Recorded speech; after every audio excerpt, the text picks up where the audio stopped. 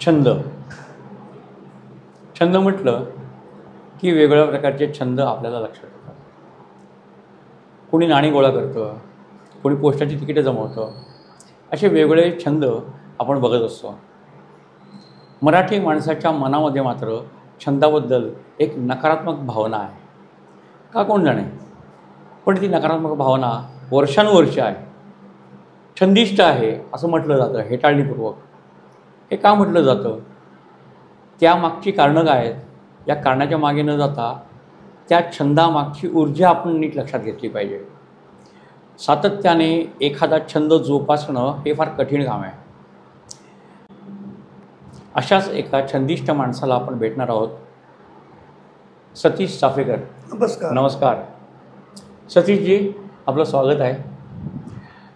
सतीशजी, हा जो छंद आपण जोपासला आहे गेली अनेक वर्ष, एवढी वर्ष एखादा छंद जोपासणं हे फार सोपी गोष्ट नाही आहे. याची नेमकी सुरुवात कशी झाली? त्याची सुरुवात अशी झाली की 1969 साल असेल. मी ठाण्याला लालबागेत राहत होतो. तिथे बंगला होता जयंतीलाल शेठचा, आणि आम्ही चाळीस राहायचो. तर एक दिवस संध्याकाळचे तिथे काही गाड्या आल्या आणि व्यक्ती त्यांच्या बंगल्यामध्ये आली आणि हॉलमध्ये बसली होती. आम्ही लहान मुलं कुतूहलाने ते बंगल्यात डोकवत होतो. तर ती व्यक्ती होती जनरल करिअप्पा. मोठं व्यक्तिमत्व होतं आणि मी बघत होतो. तेव्हा माझ्या मित्राचे वडील, तो मित्र म्हणजे ताडामध्ये जज होता प्रमोद कोरे, त्याचे वडील बोले, सतीश तुम्ही सही घे, खूप मोठे आहेत ते. मी पटकन ते वहीवर सही घेतली आणि थँक्यू न बोलता परत आलो. दुर्दैवाने ती वही सही हरवली. पण हे डोक्यात बसलं की मोठ्या व्यक्ती बघायला मिळाल्या आपल्याला. त्याला कॅमेरे नव्हते, काही द्यायला नव्हतं. आणि हे आडत पडत जाऊ कसं शिकलं माहिती आहे का, मी मोहविद्यालय शाळेमध्ये होतो. तिथे मागे स्टेज होतं आणि तिथे नाटकं व्हायची संध्याकाळची, रात्री 6ला शाळा सुटली की त्यावेळेला नाटकाची बस यायची. कधी विळुबा फुले, कधी डॉक्टर लागू, असे त्या जे नाटक आहे ते करायला यायचे. ते आधी यायचे. मग मेकअप कसे करतात, हे कसं करतात बघायचो. शाळेत दप्तर, शाळा जवळ होती आमच्या घराच्या, त्या दप्तर बनलं. आणि मग सगळे मुलांना सांगायचं, मी घाणेकरांना पाहिलं, त्यांना पाहिलं खोटं बोलतो. आणि सही, मग खूण म्हणून काय, आठवण म्हणून काय, सही. ही सही घ्यायला तिथे कधी सुरुवात झाली. मोकळं राहून ट्रॅफिक काही नाही ठाण्यामध्ये आमच्या इथे. आणि छानपैकी खेळायचं, नाटकं बघायची, कार्यक्रम बघायचे. नाटकं कशी बघायची तर घरोघरी बालनाटकात तिकीटं खपवायची. 2 पुस्तकं खपवली की 1 फ्री पास मिळायचा. मग आम्ही शिकलो. कधी वेळ पहिला अंक जरा घुसून बघायची. पण सह्या घेणं हे तिथनं चालू राहिलं. त्या आज म्हणजे 55 वर्ष चालू आहे. काही लोक अर्धवट सोडतात. माझं एक तत्व आहे, एखादी गोष्ट करायची म्हटली की कधीच अर्धवट सोडायची नाही, त्याला करायचीच नाही, हे माझं तत्व आहे. 1-2 वर्ष नव्हे, तब्बल 55 वर्ष हा छंद चाफेकर जोपासताय. सतीशजी, तुम्ही इतक्या सह्या घेतल्यात, एक महत्त्वाची अशी सही कुठली वाटली तुम्हाला? पहिली आठवणीतली, जे मोठे नट आहेत किंवा मोठे लेखक आहेत, यांची कुठली आठवणीतली सही राहिली की ती सही घे? काय माहिती आहे की जितके कार्यक्रम ठाण्यात व्हायचे तर आम्ही अटेंड करायला बघायचो. ह्या कार्यक्रम सही घ्यायची, ह्या कार्यक्रमाला सही घ्यायची. वसंतराव देशपांडे घंटाईला कार्यक्रम व्हायचे आमच्या इथे. वीरगोडे होते, अनेक लोक, जुने लोक सगळे, बबनराव, मला वाटतं नावडीकर होते, सगळे लोक त्यावेळेला यायचे, माणिक तेवारा वगैरे. आणि तेव्हा ते सह्या घ्यायचो. आणि सह्या घेणं त्यावेळेला मूर्खपणा होता. त्यावेळेला डायरीत घ्यायची, सही घ्यायची. लोकांना काय वाटायचं, काय सही घेते. पण एक घटना अशा काही घडतात आपल्या आयुष्यामध्ये की आपलं लाईफ बदलतं, आपल्या काही गोष्टी बदलतात. स्टेडियमला, मला वानखेड स्टेडियमला एका मित्रातर्फे काही पास मिळायचा त्यावेळेला. तो मित्र कोण आहे मला माहीत, मित्राचा मित्र कोण होता मला माहीत नाही. पण सध्या हा घे तुला पास, मला मिळाले. पण नेट प्रॅक्टिसवर जायचं, ते सह्या घ्यायच्या. मॅच बघायला जायचं, तिथे अजून सह्या घ्यायच्या. त्यावेळी डायरीमध्येच घेत होतो. तर तेवढं परवडणार काही नव्हतं ना आम्हाला. तेवढंच परवडणार होतं, फोटो परवडणार होते. तेवढं डेव्हलपमेंट काही झालेलं नव्हतं त्यावेळेला. हळूहळू डेव्हलपमेंट होत गेल्या. आम्ही चांगल्या द्यायला गेलो, स्केच पेन वापरायला लागलो. हे सगळं डेव्हलपमेंट होत गेलं आणि स्वतः शिकायला लागलो आम्ही. आणि काय माहिती, ज्याची सही घ्यायची त्याला स्टडी करायला लागलो आम्ही. ती व्यक्ती काय करते नाही करते. पुढे गुगलमुळे सगळं सोपं झालं आम्हाला. पण विचारायचं ही व्यक्ती कोण आहे, ही काय आहे, हे कलाकार कुठल्या कुठल्या नाटकांचं कामं केली आहेत आणि मग जाऊन भेटायचं, त्याला सांगायचं आम्ही तुझं नाटक बघितलं, हे बघितलं. कधी प्रसंगी खोटं बोलायचं, कारण सही हवी असायची आम्हाला. हे प्रकार सुरू. त्यामुळे अभ्यासू वृत्ती वाढली आणि मी त्यावेळेला मराठीकडे चालवलं होतं. दिवसभर लायब्ररीत पडलेलं असायचं त्यावेळेला. दिवसभर वाचन चालायचं, माझं सगळे वाचन चालायचं आणि त्याचा परिणाम असा आला की 9वीत मी नापास झालो. इतकं वाचन की अभ्यास केलाच नाही, 9वीत नापासच झालं नाही. सगळी खूप आणि इतकी पुस्तकं तुम्हाला खोटं वाटेल, ती संपदा जोगळेकर आमच्या इथे राहायची चाळीमध्ये. चाळी शाळेत शिक्षिका होती, ती पुस्तकं आणायची. ती म्हणाली पुस्तक घरी घेऊन येणार नाही, इथे बसून वाच. पण त्याच्या पायरीवर बसून वाचायचं नेवेनेमध्ये पुस्तकं. सगळी पुस्तकं मृत्यूच्या काय ती लहानपणी मिळाली ती वाचली. ह्या पुस्तकांची आधी एक गोष्ट झाली माझ्या आयुष्यात. आणि बाबूराव अर्नाळकर माझे काकाने पुस्तकं वाचायचे आणि रात्री किंचाळायचे. ही पुस्तकं वाचत असताना भरपूर पुस्तकं वाचत. त्यावेळी लायब्ररीमध्ये 5 पैसे दिले की पुस्तक बनवून मिळायचं आणि 1 रुपयाने बोललं होतं. आमच्याकडे एक लायब्ररी छोटी होती ते. अशी प्रचंड वाचन आणि व्यक्ती बघणं हे महत्त्वाचं ठरलं. आणि सेल्फ डेव्हलपमेंट ही माझी होत गेली अक्षरशः. तसा मी हुशार विद्यार्थी नाही आहे, 52% 11वीला मिळालेला विद्यार्थी आहे मी. पण वाचनाने मला मोठं केलं. आणि काय होतं माहिती का की आपल्याला मित्र कसे भेटतात, काय भेटतात, लोक कसे भेटतात याच्यावर ते अवलंबून असतं. ठाणा कॉलेजला मी BCom झालो, पुढे आणीबाणी आली. आणीबाणीची गोष्ट सांगू तुम्हाला मी. आणीबाणीनंतर इंदिरा गांधी ठाण्याला आलेल्या होत्या, अशा जवळ होत्या. पण आणीबाणीचं भूत डोक्यात आलं की ते बाई सही मी घेतली नाही. जवळ अगदी जवळ एक फुटाच्या अंतर होत्या आणि 25-50-100 लोक होते फक्त. ते बाईचं सगळं ते केस बी सगळं बघितलं होतं आणि तो प्रश्न होता म्हणजे हुकला, तो शेवटपर्यंत हुकला. मग पुढे मॅजेस्टिक गप्पामध्ये मी कार्यक्रम झाला असताना मी माईकवर सांगितलं की इंदिरा गांधींना भेटलो आहे पण ते सही मिळाली नाही. एका माणसाने मला त्यांची सही आणि नेहरूंची सही मला आणून दिली. पण मला एक कळलं, काही लोक काय म्हणतात सतीश ज्यांचं तुझ्याशी पटत नाही त्यांच्याही तू सह्या घेतोस. काय माहिती आहे का, थोडे काही चांगले गुण त्याच्यामध्ये असतात ते घ्यायचे, बाकी सोडून द्यायचे. आपण प्रत्येकात पूर्ण सर्वोड संपन्न कोणीच नसतो, आपण कोणीच नसतो. पण कुठेतरी चांगलं एखादा गुण असतं जो आपल्याला घ्यावा असा वाटतो आणि ते सही आपण घेतलेली. आता सही घेतल्यानंतर कुठली सही घेतल्यावर पश्चात्ताप झाला आहे अजूनपर्यंत नाही आहे, कारण त्या अँगलने मी कधी बघितलंच नाही. कारण हा अँगल वेगळा होता माझा की मी ह्या व्यक्तीला बघितलं, या व्यक्तीला ऐकलं आहे. खूप चांगल्या व्यक्ती मला भेटल्या. कल्पना रावने S.M. जोशींपासून ते सगळ्यांना जवळनं पाहिलं त्या काळामध्ये. अक्षरशः माडगुळकर पाहायला मिळाले, कुसुमाग्रज पाहायला मिळाले. पुलं तर किती वेळा आणीबाणीच्या वेळेला पुलंचं भाषणं व्हायची विरुद्ध. पुलं, ठाणा कॉलेज, मुलुंड कॉलेज असे फिरत भाषण द्यायचे. आम्ही त्यांच्या मागे मित्रांच्या स्कूटरवर जायचो. इतकं ते मॅडनेस होतं आमच्या डोक्यामध्ये सगळं मॅडनेस होता. फक्त BCom झालो कधी, BCom फार उशिरा झालो मी अक्षरशः. कसा तरी झालो BCom तर. मग 1 वर्षाने कंटाळा आला, मग BA झालो. मग BA ला गेल्यानंतर वेगळं वर्तुळ मिळालं आणि मला नोकरी लागली अशी की ती वेगळी नोकरी. म्हणजे तो एक भयानक काळ माझा. पण सह्या घेणं चालू होतं. मी कुठलीही बॉम्बेत कुठलंही मुंबईत नाटक असलं काही असलं की जायचो. कुठला तारक बसला की झटकून तिकडे जायचं, उभं राहायचं. काय माहिती आहे का, त्या व्यक्तीला भेटायला सही घ्यायची आणि कधी घ्यायची ही सही माझ्याकडे आहे. एक दिवशी काय झालं माहिती, मी सर डॉन ब्रॅडमनचं पुस्तक बघितलं, मला वाटतं मरीन स्पोर्ट्स दादरला. तर ब्रॅडमनची सही होती. ती लट बिलीव की माझ्या स्वप्नात ती स्वाक्षरी यायची सारखी झाली की हे आपल्याकडे नाही आहे. मी जवळजवळ 20 पत्र त्यांना पाठवली ब्रॅडमनना, पण उत्तर काय आलं नाही. मग एका पार्टीमध्ये सुनील गावस्कर सर भेटले. सर असं असं झालं, मी पाठवलं आहे, आता त्याची बायको आजारी आहे, तो निश्चित पाठवेल. तर मला बोलले सुनील सर. ब्रॅडमनचा वाढदिवस 27 ऑगस्ट आणि सुनील सरांचा वाढदिवस 10 जुलै. दोघांना मी पत्र पाठवायचो आणि ऑगस्ट ते सप्टेंबर एंडला मला 2 पाकिटं आली. एक पाकिट आलं ऑस्ट्रेलियन ब्रॅडमनच्या सहीचं आणि दुसरं पाकिट आलं सुनील गावस्करांच्या सहीचं. ते सांगितलं होतं त्यांच्या तू मागे लागू नकोस, त्यांना बोर करू नकोस, ते सही पाठवते. ती दोन्ही पाकिटं मला वाटतं माझ्याकडे आहेत तेच. म्हणजे इच्छाशक्ती ही तुमच्याकडे प्रचंड पाहिजे. एखादी कितीही कोणीही बोलो, काही हो, तुम्हाला ते काम करायला मनाने घेतलं पाहिजे. म्हणजे एक कालखंड असा होता की पाकिस्तानी बरोबर ते काय वॉर सगळं चाललं, पाकिस्तानी क्रिकेटबद्दल मला मनामध्ये अडी निर्माण झाली आणि मी डिक्लेअर केले का म्हणून मी घेणार नाही.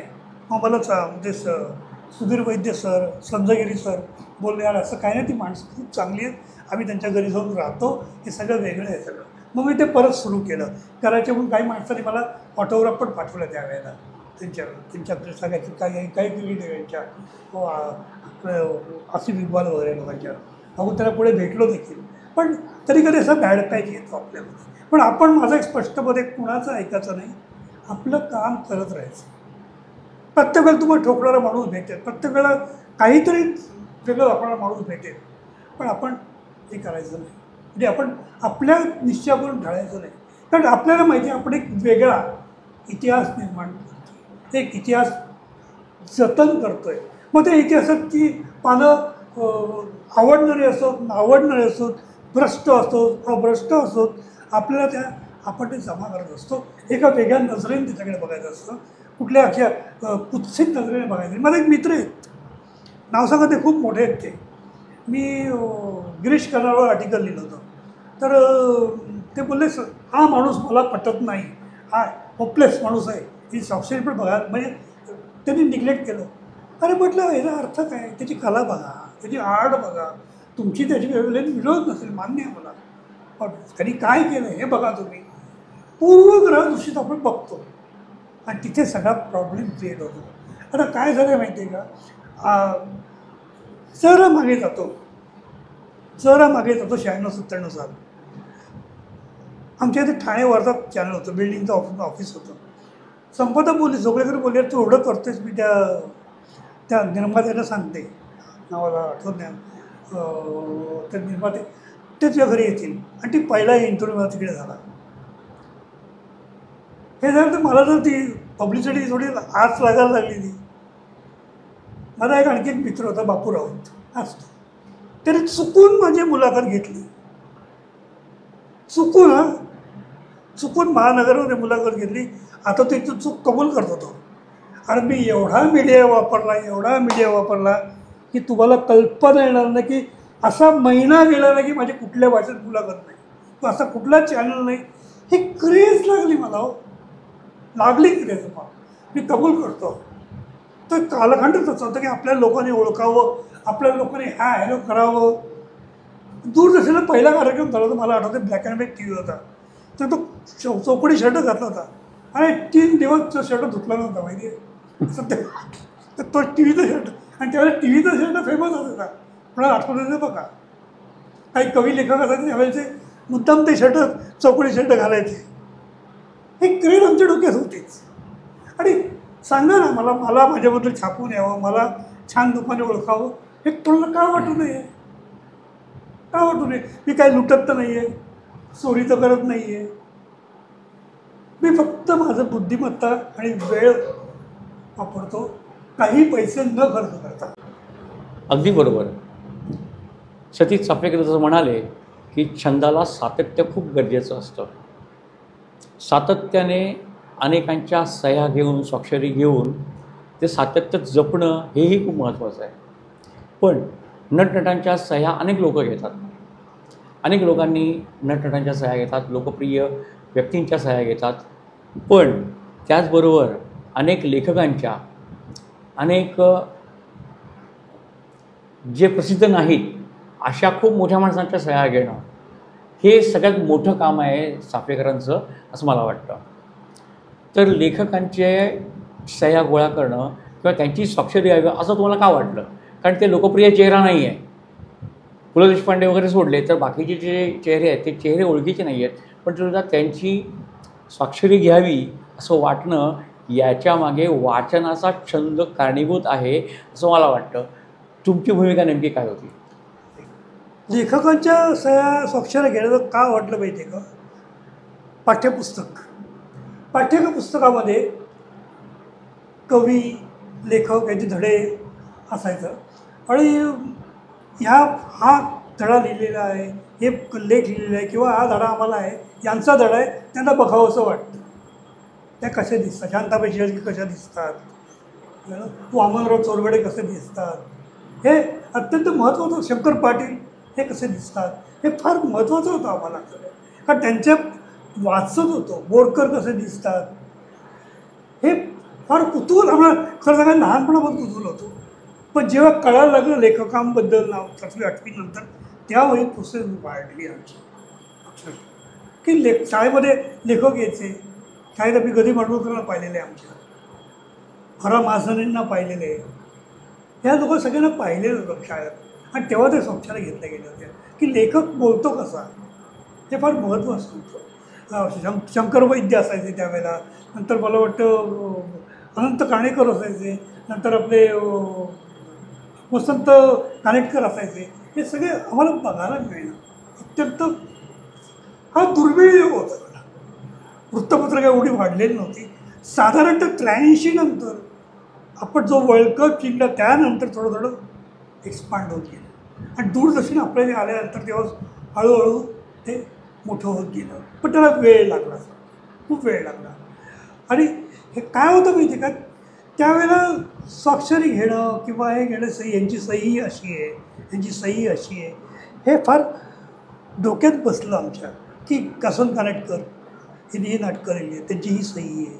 शंकर पाटील ग्रामीण कथा चित्रपट लिहायचे, त्यांची ही सही आहे. हे असे लेखक सह्या घ्यावे असे मला वाटले. हा छंद जोपासताना अनेक माणसं भेटली. पण ही माणसं जेव्हा भेटली त्यावेळेला अशा पद्धतीची अशी कुठली आठवण आहे तुमची की ज्या पद्धतीने खूप तुम्ही भारावून गेलात आणि ती खूप महत्त्वाचा क्षण होता तो, जसं की तुम्ही नील आर्मस्ट्रॉंगची सांगितलं, तर त्याबद्दलची आठवण सांगा ना मला. मी 2 आठवणी सांगणार. एकात सही मिळालेली आहे आणि एकात नाही मिळालेली. नील आर्मस्ट्रॉंग मुंबईला येणारे कळलं मला. तेव्हा एवढा मीडिया नव्हता, काही नव्हतं. पण मी काढले एका मोठ्या हॉटेल, पंचतारांग हॉटेलमध्ये येणार होता. मोठं लेक्चर होतं. आता आज जायचं कसं, आपल्याकडे इन्व्हिटेशन नाही, काही नाही. तर त्या हॉटेलमध्ये एका माणसाला मी ओळख काढली. तो बोला तुम्ही त्यावेळेला या, बघू आपण काय करायचं. कार्यक्रम सुरू झाला होता. मी त्याला भेटलो. त्या माणसाने मला त्याच्या हॉटेलच्या लॉबीमधनं कुठनं कॅन्टीनमधनं कुठं ते फिरवलं आणि नील आर्मस्ट्रॉंग जिथे भाषण करत होते तिथे बघितलं. साईडला होते, भाषण करत होते. समोर अख्खं सभागृह भरलं होतं. पुढे 2 खुर्च्या रिकाम्या होत्या. आता रिकामी खुर्ची बसली मिळाली की आपण तिथे बसतो, जाऊन बसतो. लोकांनी प्रश्न विचार, सगळं काही झालं. कार्यक्रम त्यांनी सगळे अनुभव सांगितले आणि हळूहळू ते माझ्या बाजूच्या खुर्चीवरून बसले. तुम्ही विचार करा, नील आर्मस्ट्रॉंग तुमच्या बाजूच्या खुर्चीवर येऊन बसतो, तुमची अवस्था काय होईल. म्हणजे कॅमेरा होता, फोटो काढू शकत होतं. कोणी काढले असतील तर मला माहीत नाही. त्यावेळेला मी त्याच्या पायाकडे बघत होतो आणि ते पाय चंद्राला लागलेले होते. फार महत्त्वाचं आहे. तिने स्वाक्षरी घेतली. हा किती मिनिटाचा क्षण आहे हो, 2 मिनटं. 2.5 मिनिटाचा क्षण मला आयुष्यभर पुरला. जो आनंद म्हणतात तुम्ही स्वाक्षरी घ्या, तो हाच. दुसरं, मी स्टीफन हॉकिंगला मला भेटायचं होतं. एक दिवशी गेलो तर बराच 3 तास उबेरच्या बाहेर उभा होतो. त्याची ती बायको आली, कधी येऊ शकत नाहीत कारण त्यांना बरं नाही आहे. त्यांना सगळं प्रिपेअर करून बाहेर आणावं लागतं. मग परत मी घरी गेलो. पण ज्या आणखी तिथे ज्या दिवशी या ते निघणार आहेत, मग त्या दिवशी मी गेलो. कुठं वाटेल मला त्या व्यक्तीचा अंगठ्याचा ठसा हवा होता, पण नाही मिळाला. पण फोटो मात्र खूप कळले त्या माणसाचे. म्हणजे ती गाडी होती, स्पेशल गाडी त्यांना बनवलेली होती आणि त्या गाडीत ती अख्खी व्हीलचेअर सकट त्यांना एक ठेवलं होतं. सगळे फोटो माझ्याकडे ते आत्ता आहेत. काय माहिती आहे की त्याची सही घेऊ शकलो नाही हो, कारण अंगठा गेला जवळच जायला हवं. काही असेल मला माहीत, पण नाही घेऊ शकलो ते मला फार लागतं. पण फोटो वगैरे असंख्य काढले. अशीच एक गोष्ट होती, मला वाटतं फार पूर्वीची गोष्ट आहे. कथील शिपाईंच्या गझल त्यावेळेला फेमस होत्या खूप. तर कथील शिपाई साहेब मला कुठे हॉलमध्ये आले होते आणि मी त्यांना ओळखणार कसं, ओळखू शकलो नाही. समोरून गेले पण मी ओळखलं नाही त्यांना. माणसं राहून झाली हो, माणसं राहून जातात अक्षरशः. असाच एक माणूस राहिला होता माझा, संगीतकार सी रामचंद्र. ते मला वाटतं मुंबईला कार्यक्रमात भेटले आणि एकदम उंड व्यक्तिमत्व असं, अरे देतो रे मग देतो रे मला बोलले. आणि ते गेले आणि ते काही 8 का 10 दिवसांनी वारले. खूप लागून गेले, आपल्याकडे याची सही नाही आहे. मग या कार्यक्रमामध्ये सांगितलं की मला अशा सही मला ती घेता किस्सा सही घेता नाही आली. एका माणसाने मला ती सही आणून दिली. लोक मदत करतात हो तुम्हाला, तुम्ही प्रामाणिक राहा, तुम्ही प्रामाणिक राहा लोक. आणि मी स्पष्ट बोलतो की मला माझा हा छंद 1000 हातांनी मोठा झालेला आहे. आणखी एक तुम्हाला एक प्रसंग सांगू वेगळा. ती सही अशीच राहून गेली होती. दूरदर्शनला माझं शूटिंग होतं आणि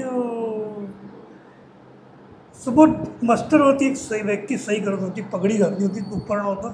त्याला म्हटलं ते कीर्तनकार इथे कुठे यायला लागले. 8 दिवसाने बघतो तर ते दत्तवान बुद्धार होते. मी स्वतःला अक्षरशः माफी मागितली होता की बाबा यापुढे कोणालाही असं करायचं नाही, त्याचं प्रत्येकजण मोठा असतो. सतीशजी, या छंदाने नेमकं तुम्हाला काय दिलं आणि या छंदाचं नेमकं पुढे काय करणार आहात तुम्ही? मला छंदाने काय दिलं, आता प्रत्येक व्यक्ती म्हणते की प्रत्येक काय दिलं तुला, त्याचा रोख सगळा पैसा या गोष्टीकडे असतो. पण माझं असं नाही आहे. मला छंदाने माणसं दिली आणि अशी माणसं दिली, अशा ओळख दिली की तुम्ही कल्पनाही करू शकणार नाही. मध्यंतरी 2006 माझ्या मुलाला मोठा आजार झाला होता. केवळ छंदामुळेच रमेश पारदे या व्यक्तीची माझी ओळख झाली. तो सचिन तेंडुलकरचा सेक्रेटरी. त्यावेळी त्याच्या ओळखी एवढ्या उपयोगी पडल्या की आम्हाला माझ्या मुलाला इलाज करण्यासाठी भारतातला उत्तम डॉक्टर मिळाला. पैसे आम्हीच खर्च केले, पण उत्तम ट्रीटमेंट मिळणं अत्यंत महत्त्वाचं. तिथेही हॉस्पिटलमध्ये देखील मी हे असं करतो, लोक रिस्पेक्टफुली बोलायला लागले आमच्याबद्दल आणि एक वेगळं वातावरण निर्माण झालं. मुख्य म्हणजे मला छंदाने मला माझ्या मुलाचं आयुष्य दिलं, हे महत्त्वाचं आहे. आता तुम्ही पुढे या गोष्टीचं करणार काय मला विचारलं.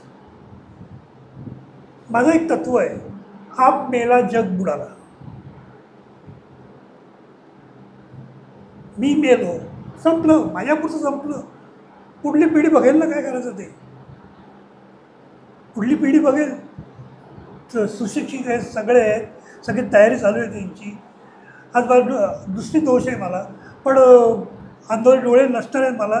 पण मी आता काम घरात चालू आहे, माझ्या लिस्टिंग चालू आहे, सगळं तयारीचे डिग्रे काढून सगळं लिस्ट बनवून चालू आहे, फोटो काढणं चालू आहे. माझा मुलगा, माझी बायको, सून हे सगळे करत आहेत ते सगळं काम.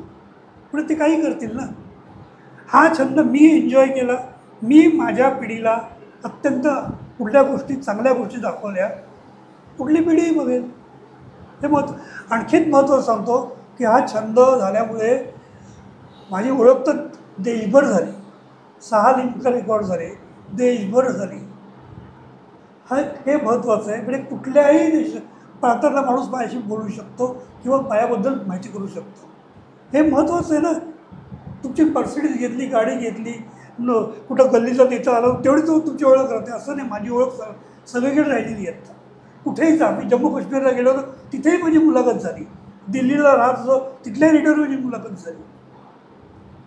शक्य आहे का? हे सगळं मला मिळालं. माणसाला आणखीन काय हवं? 2 वेळा जेवायला, छान वाचायला, बोलायला, बस. हा छंद, हे महत्त्वाचं आहे. पुढली पिढी ते करेलच काम, निश्चित सांगतो. हे आता हे म्युझियम उभं केलं आहे. आज न उद्या काहीतरी होईल. IITचा एक मुलगा आला माझ्याकडे, सर हल्ली निघाला आहे, भिंती पण कापता येतात म्हणे, काळजी करू नका. असेही लोक येतात इथे. मला हे भरपूर दिलं, खरंच तुम्हाला सांगतो. मला भरपूर मिळालं. म्हणजे मी जी इच्छा केली ते सगळं मला मिळालं, अगदी सुखदुःख सकट. सयाजीराव सतीश चाफेकर. सयाजीराव हे नाव सुप्रसिद्ध कवी, गीतकार प्रवीण दवणे यांनी दिलं. होय. हे सयाजीराव म्हणून प्रसिद्ध आहेत.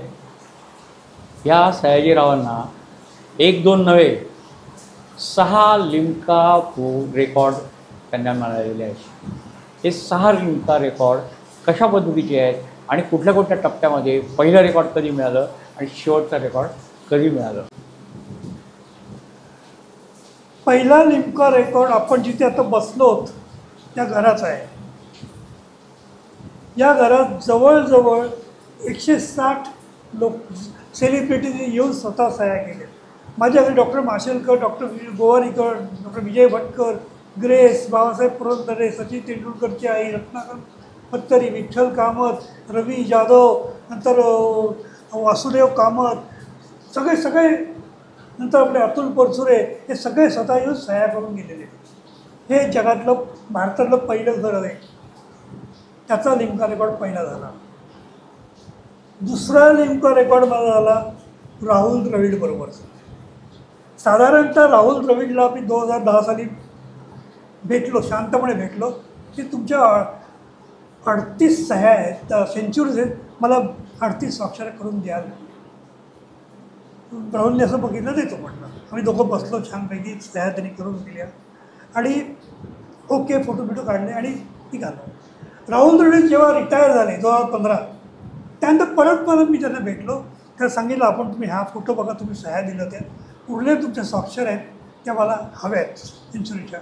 त्या 48 सेंचुरीच्या उरलेल्या स्वाक्षर मी त्याच्या दुसऱ्या बॅटवर घेतल्या. तर 48 सेंचुरीज 48 ऑटोग्राफ्स राहुल द्रविड झाला. 1990 पासून मी सचिन तेंडुलकरच्या, विनोद कांबळे यांच्या मॅचला जायचो, त्यांच्या सह्या घेऊन टाकायचो. काही मला भेट दिल्या का, रमेशने पण काही करून दिल्या मला सचिनकडनं. अशा माझ्याकडे सचिन तेंडुलकरच्या 100 स्वाक्षऱ्या आहेत, त्याच्या 100 सेंचुरीज आहेत. शतकं आहे, 100 शतकं 100 सेंचुरीज. हा एक लिम्का रेकॉर्ड. आता बघा मी विचार करताना काय करतो ते, माझं टार्गेट, माझ्या अजून 2 लिम्का रेकॉर्ड टार्गेट गेली 8 वर्ष आहे, होत नाही. कुठला लिम्का रेकॉर्ड केला? सचिन तेंडुलकरची फर्स्ट डे कव्हर झाली होती पोस्टाची. तशी मी 243 फर्स्ट डे कव्हर घेतली. 243 का? सचिन तेंडुलकरच्या 243 टोटल सेंचुरीज आहेत त्याच्या. तर ती घेतलं. त्यानंतर आपला कल्याणचा प्रणव धनावडे, त्यांनी जो रेकॉर्ड मोडला 323 चेंडूत 1009 नाबाद, तर त्यावेळेला मी तिकडे होतो. मग काही दिवसांनी प्रणवला बोललो, प्रणव घरी ये ना माझ्या, आपण बघायला तर येतं खरं. तर आले, त्याचे वडील आले होते इथे. 33 क्रिकेटच्या बॅट घेतल्या मी आणि त्याच्यावर 323 स्वाक्षऱ्या घेतल्या. कारण प्रणव धनावडेने हा रेकॉर्ड काही 80-90 वर्षांनी मोडलेला होता, पुढे 100च्या मोडलेला होता. एक त्याला स्टेटस होतं, त्याचा नेमका रेकॉर्ड झाला. मी अजित वाडेकर सरांना पहिल्यांदा 1976 भेटलो. त्यांनी मला बक्षीस दिलं होतं त्यावेळेला, तर त्याची सही घेतली होती. त्यांच्याही सह्या मी गोळा केल्या, स्वाक्षऱ्या त्यांच्या 38 स्वाक्षऱ्या गोळा केल्या, 38. आणि का तर त्यांचे टोटल सामने 38 झाले होते, म्हणून तो एक 6वा रेकॉर्ड झाला. आपण कागदावरती सही घेताना पाहिलेले आहे, पण कागदाशिवायही कशावरती स्वाक्षरी केली जाते किंवा कशामध्ये करू शकतो आपण? तर सतीशजी, तुम्ही कुठल्या कुठल्या माध्यमामध्ये स्वाक्षरी घेतलेली आहे लोकांची? तुम्हाला आधीच सांगितलं होतं की पैसे नव्हते तेव्हा डायरीमध्ये सह्या घ्यायचो. आमच्या इथे काय व्हायचं माहिती आहे का, बाजारामध्ये क्रिकेट बॅट लहान लहान मिळायच्या, खेळायच्या, लाकूड तासून त्या बायका विकायच्या. अच्छा, बाजारामध्ये 10 रुपयाला आहे, 20 रुपयाला आहे, 25 रुपयाला आहे. ते बॅटवर क्रिकेट याचा स्वाक्षर घ्यायला सुरुवात केली. बॅटवर सुरू झालं. मग काय झालं माहिती आहे का, फोटोंवर, त्या फोटोंचा शोध लागला, प्रिंट मारून घ्या, त्याच्यावर सह्या घ्यायला लागलो. कॅप्स, त्याच्यावर सह्या घ्यायला लागलो. गॉगल, एक दिवशी राहुल द्रविड फारुख इंजिनियर आले होते, आणि मॅडम काहीच नव्हतं. जस्ट बाहेर एक गॉगलवाला बसला, त्याकडे 100 रुपयाचा गॉगल घेतला, स्केच पेन घेतला आणि त्या गॉगलवर त्याच्या सह्या घेतल्या. राहुल द्रविड मला बोलले, तू पहिल्यांदा मी सही करतो याच्यावरती. त्यानंतर मी कुठं वाटेल की टी शर्ट्स, सॉक्स, नंतर आपले जॅकेट्स, सगळ्यांवर बॉल्स, क्रिकेट बॉल्स, बियॉन्ड बोर्डची टेनिस बॉलवर घेतली आहे, फोटोजवर घेतलेली आहे. या सगळ्याची अशी घ्यायला सुरुवात केली. सगळ्यात हाईट कुठे झाली माहिती आहे का? मी स्वाक्षरी मास्कवर घेतले. 1 जुलै मला दिवस त्याचे मास्क काढले म्हणून डिक्लेअर केलं. आता मास्क नाही घालायला चालतील. आणि त्याच वेळेला ठाण्याला तो हास्यजत्रेचे ते कलाकाराचं नाटक होतं. त्या सगळ्याच्या बहुतेक आहे मी मास्कवर घेतल्या. तात्पर्य काय की तुम्ही स्वाक्षरी, क्रिएटिव्हिटी, तुमच्याकडे प्रयोगशीलता असावी. सयाजीराव सतीश चाफेकर यांचे छंदाबद्दलची सगळी मतं ऐकली. छंद कसा असतो आणि कसा जोपासला जातो, किती पोटतिडकीने आणि आनंदाने ते सगळा एन्जॉय करतात. पण छंदाचा धंदा करणारी माणसंसुद्धा आहेत. ही छंदाचा धंदा करणारी माणसं आपल्या पद्धतीने, वेगळ्या अर्थाने त्या छंदाचा अंधश्रद्धेचा वापर करून त्याचा धंदा केला जातो, याला आक्षेप आहे. मुळात अशा गोष्टीकडे सतीशजी तुम्ही कसं बघता? पहिली गोष्ट म्हणजे की छंदाचा धंदा, अंधश्रद्धा. आता एक लक्षात घ्या की जेव्हापासून माणूस लिहायला लागला, आपल्या हाताने माणूस बोटून लिहितो, मान्य सगळ्यांना. तो विचार असतो, मग माइंड असतं, मग सगळं काही असतं, तो लिहित असतो. पण मी स्वतः माझ्याबद्दल सांगतोय, स्वाक्षऱ्या गोळा करता करता बऱ्याच गोष्टी मला आढळून आल्या. आणि मला मी अभ्यास म्हणतोय, विज्ञान नाही, अभ्यास. हा माझा अभ्यास एंडलेस आहे, याला एंड नाही आहे म्हणून काही सांगू नका. काय माहिती आहे का की लोकांना काय असतं की अनेक गोष्टी, पण तुम्ही म्हणाला की सुटका हवी असते प्रॉब्लेममधनं. मग कोणी ज्योतिषाकडे जातं, कोणी वास्तू हा प्रकार असतो. अरे वास्तू तुम्ही करताना अख्खी पृथ्वी फिरते, त्याचा विचार करा ना. तो विचार कोणीच करत नाही आहे. तसंच स्वाक्षरीच्याबद्दल मी अनेक लेख पण लिहिले, अक्षरं काय त्याच्यावर लेख पण लिहिले की कोणाची स्वाक्षरी कशी आहे, व्यक्तिमत्व कसं आहे. मी एक अंदाज बांधत गेलो, एक कार्टूनिस्ट म्हणून अंदाज बांधत गेलो. एक लक्षात घ्या, एक वेगळा अभ्यास करत बघतो. पण माझ्या लक्षात आलं की जगभर याचा धंदा चालू आहे, स्वाक्षरी बदलून, हे करून, ते करून. तर मी त्या विचार केला. माझ्याकडे अनेक लोक येतात, मला स्वाक्षरी बदलायची. आणि मी जरा हा होतो, म्हणजे विचार करतो, मग त्याची स्वाक्षरी बघतो. ती मला कॉम्प्लिकेटेड म्हणजे खराब दिसते. आणि माझं एक तत्त्व आहे की तुमचं प्रेझेंटेशन चांगलं असावं. तुम्ही कपडे व्यवस्थित घालतात, सगळे घालतात, तुमचं अक्षर चांगलं आहे, मग स्वाक्षरी चांगली करा. तर मला पुढला प्रश्न येतो, चांगली केल्याने काय होईल? आणि दुसरा प्रश्न असतो, माझी संपत्ती वाढेल का, माझे पैसे येतील का? खरं काही संबंध नाही आहे. मी प्रेझेंटेशन म्हणून त्याचा विचार करतो. साधारणतः तुम्ही एका हँड रिटन, काही कंपन्यामध्ये हँड रिटन ॲप्लिकेशन मागवतात, ते स्टडी करतात. एक म्हणजे तुम्हाला असं म्हणायचं आहे का की व्यक्तिमत्व विकासामध्ये ज्या काही सगळ्या गोष्टी येतात, त्या व्यक्तिमत्व विकासामुळे, व्यक्तिमत्व बदलल्यामुळे तुमचं प्रेझेंटेशनमध्ये बदल होतो आणि तुमचं व्यक्तिमत्व अधिक चांगलं होतं आणि प्रेझेंटेशन चांगलं होतं? नाही, तुमचं प्रेझेंटेशन चांगलं पाहिजे. येस, म्हणजे प्रेझेंटेशन. आता विचार करा, एक कलाकार स्टेजवर आहे, दिसताना तो वेगळा दिसतो, पण तो कलाकार वेगळा स्टेजवर दिसतो, त्याचा इम्पॅक्ट वेगळा पडतो समाजावरती. प्रेझेंटेशन आहे, त्याचं ते रंगरंगोटी, त्याचं दिसणं आहे, त्याचा मेकअप आहे, या कायमच्या नसतात, सगळ्यांना माहिती आहे. पण जेव्हा तुम्ही लोकांसमोर जाता, कोणाजून जाता की व्यवस्थित जाता की नाही, तुम्ही शर्ट पॅन्ट व्यवस्थित घातली आहे, उलटी पॅन्ट घातली का, उलटं पक्कल लावलं आहे का, बघता की नाही तुम्ही, शूज बरोबर घातले की नाही, 2 चपला वेगवेगळ्या रंगाच्या आहेत का, नाही आहे, बघता की नाही तुम्ही जर सगळ्यात हानिकारक चपला असतात हे तसंच सहीच आहे. तुमचं प्रेझेंटेशन तुमचं सगळं चांगलं पाहिजे, स्पष्ट मत आहे माझं. तो एक स्वतःमध्ये एक वेगळा पॉझिटिव्हनेस आहे, शब्द वापरते परत, पॉझिटिव्हनेस, सकारात्मकता. सकारात्मकता यावी म्हणून करतोय मी. पण सगळ्यांचं नातं कुठे असतं, कोणी सक्सेसशी जोडतं, कोणी पैशाची जोडतं. आधी तुम्ही स्वतः प्रेझेंट व्हा. आपण आता इथे स्वाक्षऱ्या बघताय तुम्ही अनेकांच्या, काही अर्धवट आहेत, काही आहेत. आता वासुदेव कामतांची वेगळी आहे, नंतर इथे पानवलकरांची वेगळी आहे, रवी साठेची वेगळी, रवी साठेची वेगळी आहे. हे सगळे वेगवेगळे आहेत, सगळे कर्तृत्ववान आहेत.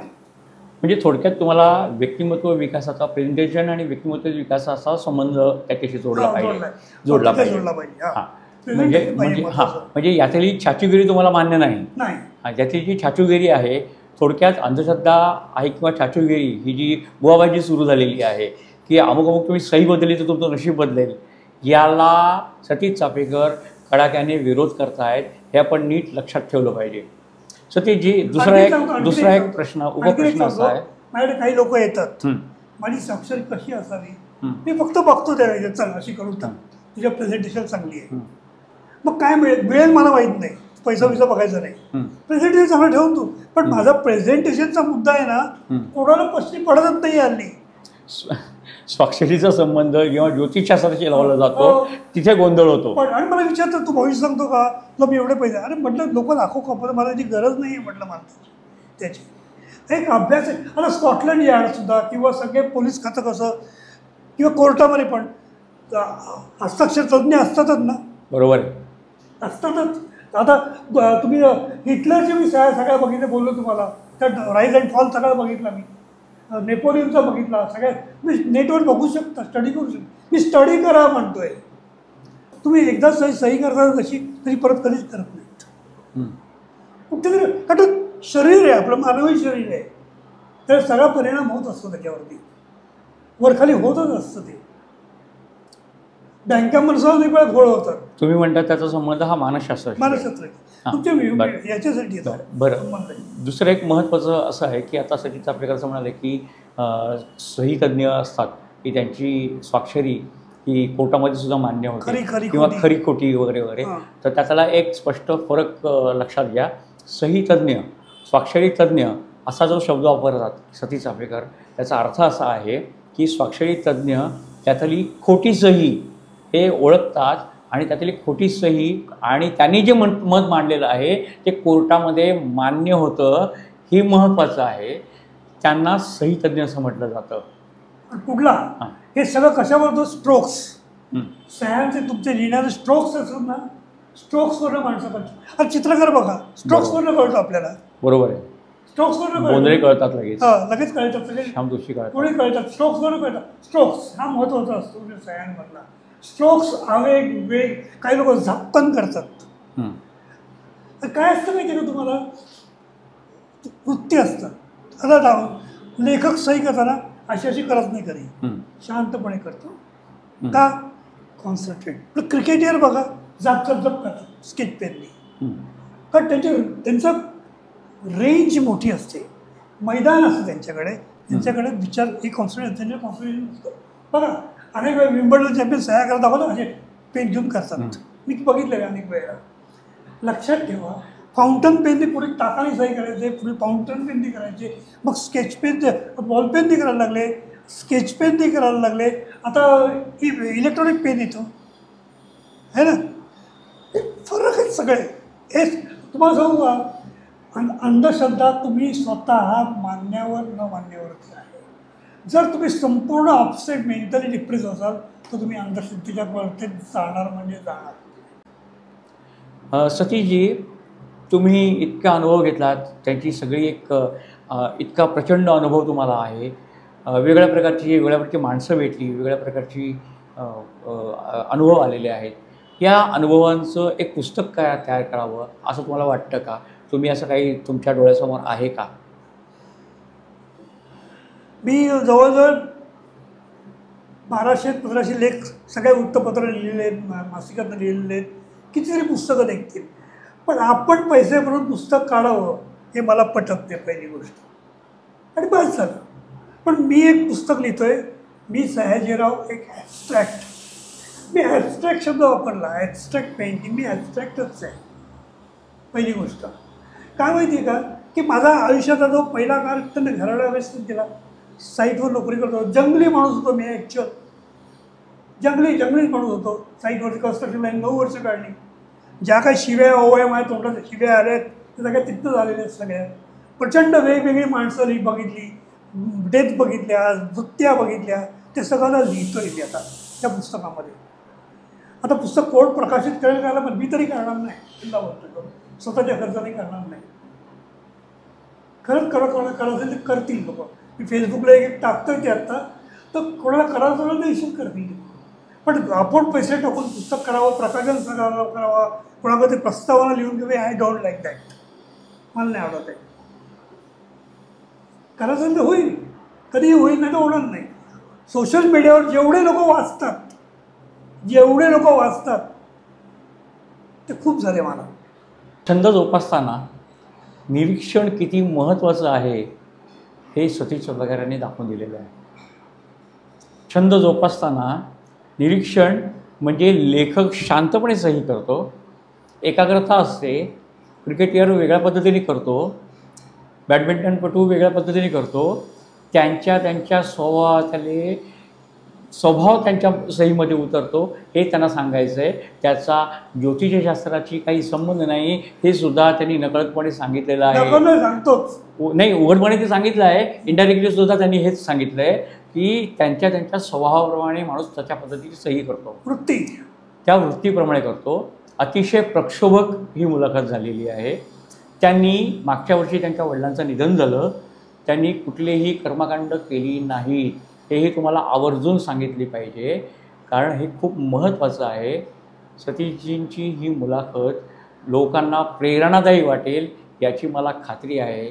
सतीशजी, तुम्ही आज आम्हाला भेटलात, आमच्याशी बोललात, मनमोकळेपणाने बोललात, त्याबद्दल मी आपला अत्यंत आभारी आहे. काही वर खाली झालं असेल तर सॉरी. धन्यवाद.